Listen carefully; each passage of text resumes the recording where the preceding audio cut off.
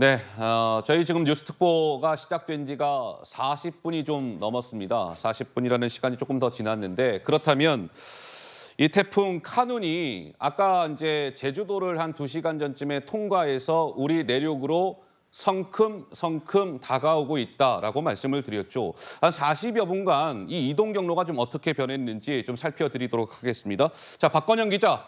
어떻습니까? 좀 더 근접을 해왔습니까? 어떻습니까? 네, 6시 기준으로요. 다시 새로운 정보가 좀 업데이트가 됐는데 지금 보시면요. 이 태풍 카눈 통영 남쪽 해상 한 100km 해상 정도 부근에 머물고 있습니다. 아까보다 10km 정도 더 앞으로 온 상황인데요. 시속이 아까보다는 많이 떨어졌습니다. 시속이 아까 1시간 전쯤에는 29km 정도로 오고 있었는데 지금은 22km 정도로 북진하고 있습니다. 중심 기압은 여전히 970헥토파스칼이고 최대 풍속은 126km 정도라고 볼 수 있습니다. 예. 자, 백승주 교수님, 우리 지금 이제 7시가 한 10분 전 7시인데요. 이제 뭐 출근 준비들 하시는 분들도 계실 거고. 글쎄요, 지금 뭐 남해안 쪽은 당장의 태풍 영향권에 든 것 같고 네. 지금 이 시점 어떤 부분들을 좀 가장 조심하고 유의해야 되는지 다시 한번 좀 말씀을 주실까요?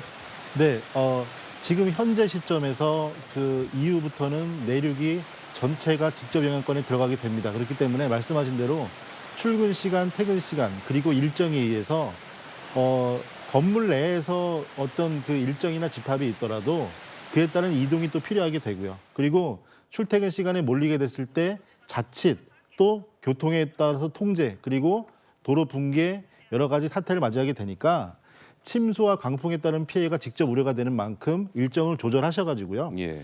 조금 수도권 같은 경우는 조금 오늘 같은 경우는 사실은 가능하시다면 좀 일찍 오전 중에 외근 업무를 그만두시고 퇴근하시는 게 맞습니다. 그리고 예. 지금 경로상으로 저렇게 보이는데요.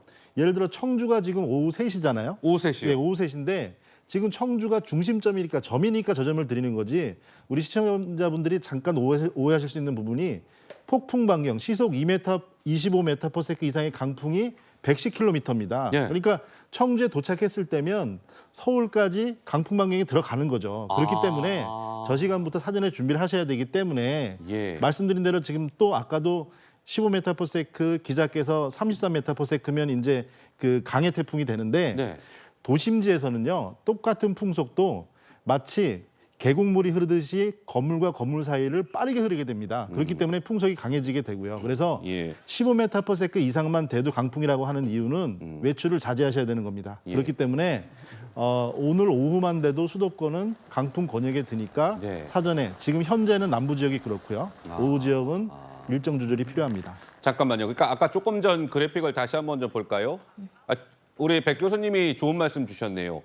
그러니까 예를 들면 뭐 오전 9시에 사천을 지난다라고 저렇게 돼 있는데 네. 저 시간에 사천만 뭐 바람이 거세게 불거나 그런 게 아니라는 거죠. 이게 그렇습니다. 반경이 워낙 넓기 때문에 네. 만약에 사천이 오전 9시면 저 오전 9시에는 이미 청주라든지 그 지역까지도 다 이런 반경에 들기 때문에 그렇습니다. 그런 것들을 감안해서 대비하고 네. 안전에 유의해야 된다 이런 말씀이신 네, 거잖아요. 그래서 예보를 예. 그 기상청 날씨 알림이 들어가 보시면 일기예보를 강풍을 두 단계로 구분합니다. 예. 폭풍 반경, 강풍 반경 얘기하는데요. 25m/s가 넘는 아주 위험한 폭풍 반경이 110km를 얘기를 합니다. 예. 반경이니까 양쪽으로는 220km가 되는 거죠. 예. 그러니까 부산 지역, 여수 지역 똑같이 폭풍의 위험대가 있는 거고요. 예. 그래서 거리를 지금 점으로 정확히 안내를 받고 있지만 그만큼 태풍의 크기가 크다는 거를 우리 시청자분들께서 알아주실 필요가 있습니다.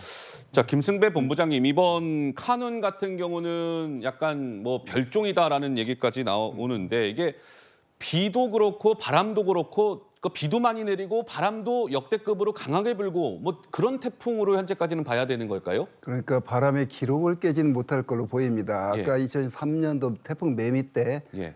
초속 60m의 바람 기록을 깼거든요. 근데 이번 지금 태풍의 중심이 한 초속 35m 정도 보니까 예. 이게 지금 이 시간 이후는 더 강해지는 그런 단계는 아니거든요. 그렇기 때문에 바람으로 인한 기록을 깨지는 않겠지만 그러나 태풍이 갖고 있는 지금 우리가 염려하는 것은 강풍으로 인한 그런 어떤 피해를 지금 염려하는 거거든요. 예. 저 태풍이 기록을 깰 것인가 지금 지켜보는 게 아니라 이게 태풍이 우리나라에 지금 접근해서 그대로 관통하는 그런 진로를 밟을 것으로 예상이 되기 때문에 예. 아까 백 교수님이 얘기했듯이 이 태풍의 중심에 가까울수록 그 강한 바람, 강풍 반경으로 폭풍 반경으로 구분을 하고 15m 이상 부는 강풍 반경으로 예상을 하는데 우리가 어디를 상륙한다, 어디를 지난다 얘기를 하는 건 태풍의 중심을 얘기하는 거거든요. 그래서 그 사천 얘기하는데 그 다른 지역은 뭐 해당이 안 되는 게 아니죠. 아까 말했듯이 초속 25m 이상에 부는 폭풍 지역이 지금 좌우로 한 110m 정도가 되니까 15m 이상 부는 지역은 한 300m 정도가 되니까 하여간 우리나라 한반도 관통하는 저 노선으로 계속 올라가면 서해부터 동해까지 포함해서 다 강풍 반격에 들기 때문에 예. 그 큰 피해가 우려가 되는 그런 상황입니다. 자, 지금 태풍이 온다는 걸 많이 지금 한 2, 3일 전부터 알고 있거든요. 그럼에도 불구하고 어쩔 수 없는 그런 피해들이 걱정이 되는 상황입니다. 예. 자, 이제 5분 전 7시입니다. 6시 55분인데요. 이제 뭐 출근 준비하시는 우리 시청 아마 출근 준비하시면서 이 방송을 보고 계시는 여러분들도 많으실 것 같습니다. 자, 박건영 기자, 당장 지금 이제 출근길 시간이 다가오고 있는데 이 출근길, 등굣길 관련해서 관련 대책이나 혹시 그런 게 나온 게 있습니까? 네, 어제 이 중대본에서 발표한 대책들인데요. 이 태풍이 상륙할 시간이 말씀하셨듯 출퇴근 시간이잖아요. 그렇다 보니까 이 재난 대응 업무를 담당하는 공무원이나 유관기관들을 제외하고는 대부분 이 출퇴근 시간을 좀 조정해달라 이런 권고를 하기도 했습니다. 예. 또 이 지금 피해가 예상되는 전남이나 이 경상남도권 이쪽 있는 데를 중심으로는 휴교 같은 것도 고려가 되었는데요. 예. 자세히 보면요. 제주도는 물론 이 대구 47개 학교, 또 충북의 23개 학교, 강원 31개 학교가 오늘 휴교 또는 단축 수업을 하거나 아예 개학을 연기하기도 했습니다. 예. 지금 개학 시기가 다가왔던 시기인 만큼 아예 개학 자체를 좀 연기하는 조치를 하기도 했고요. 부산시 같은 경우에는 오늘 하루에 유치원과 또 초중고등학교 수업을 모두 원격으로 진행한다 이런 방침도 발표하기도 했습니다. 예. 뭐 돌봄 교실이나 이런 데들은 정상적으로 운영되지만 보호자가 동행해야지 갈 수 있습니다. 그만큼 이렇게 도로를 다니는 게 위험한 상황이다 보니까 정부 차원에서도 이렇게 출퇴근 시간을 조정하고 또 학교는 가지 않는 방향으로 조정을 하고 있는 겁니다. 자, 이번 이 6호 태풍 카누는 바람의 세기가 기차가 약간 탈선이 될 우려가 있을 정도의 바람의 수준으로 불 것이다. 그렇게 예상이 되고 있습니다.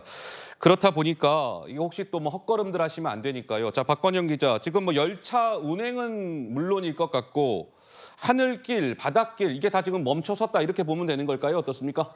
네, 맞습니다. 이게 또 말씀하신 것처럼 앞선 리포트에서도 보셨듯이 이 기찻길이나 하늘길 모두 위험한 상황이다 보니까 미리 대응을 하고 있는데요. 철도 같은 경우에는 태풍 피해에 대비해서 사전 운행 중단에 나섰습니다. 오늘 첫 차부터 KTX 등 고속열차 118호, 일반 열차는 247회가 운영하지 않고요. 예. 네, 태풍의 직접 영향권에 속하는 부산 구포나 경남 진주, 광주, 송정, 목포역 등을 지나는 노선들이 운행을 중단하게 됩니다. 예. 네, 코레일은 태풍 진로에 따라서 열차가 지연될 수도 있고요. 운행 중단되는 경우도 늘어날 수도 있다면서 사전에 한번 확인을 당부하기도 했고요. 예. 항공편 같은 경우에는 어제 하루 동안 전국 11개 공항에서 모두 211편이 결항됐습니다. 제주에서는 어제 저녁 7시 이후로는 국내선 항공기 운항도 아예 멈추면서 관광객 10,000명 정도 발이 묶이기도 했는데요.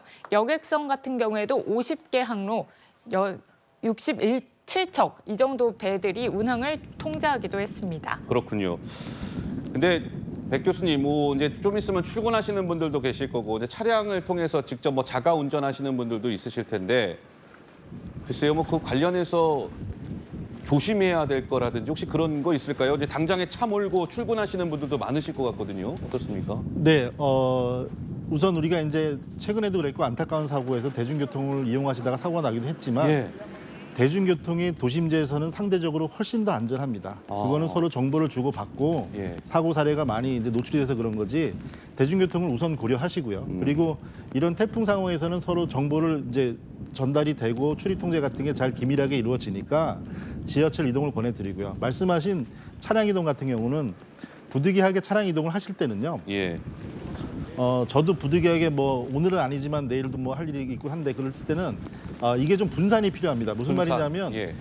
낙석이 우려가 된다든지 배수가 물이 차기 시작한다든지 아니면 아스팔트 도로에 일부 그 땅꺼짐 아니면 폐임 현상이 보인다고 하면 예.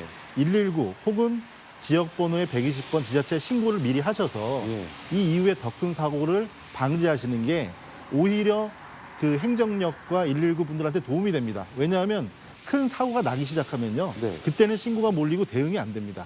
그렇기 때문에 미리 대비하시는 게 우리 행정력에도 도움이 되고 예. 우리 시민들, 청취자분들, 시청자분들 안전에도 도움이 되니까 예. 신고를 좀 철저히 해주시기를 운전하시면서 좀 당부드립니다. 자, 얼마 전에 정말 오송에서 안타까운 참사가 있었기 때문에 많은 분들이 걱정을 하시는 분들이 많습니다. 이번에는 절대 그런 안타까운 일이 일어나서는 안 되겠습니다.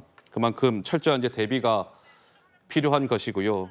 저는 아까 우리 김승배 본부장님 말씀이 계속 좀 인상 깊게 들었어요. 우리 김승배 본부장께서는 뭐 대한민국 기상 분야에는 최고 이제 유명하신 분인데 기상청 30년 이상 내가 근무했지만 이번에 이 6호 태풍 카눈과 같은 이런 특이한 태풍은 내가 30년 근무하면서 처음 본다.